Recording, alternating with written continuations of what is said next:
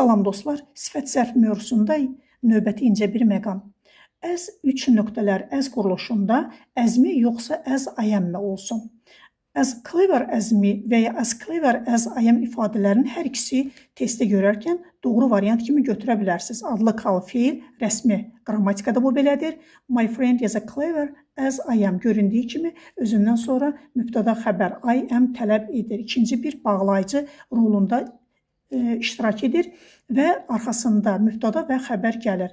Obyekt halı olarsa danışıqda casual formada my friend is as clever as me. Burada ikinci as sözünü preposition kimi qəbul edilir və obyekt halı me, him, her tələb edir. Xülasə, as, I am və yaxud da me hər ikisi doğrudur. Əgər bütöv bir cümlə gələrsə I am olacaq. Əgər sözün kimi baxacaqsa özündən sonra me gələcək. Diqqətinizə görə sağ olun. Videonu bəyənməyi və paylaşmağı unutmayın ki, digərləri də bu videodan faydalansınlar.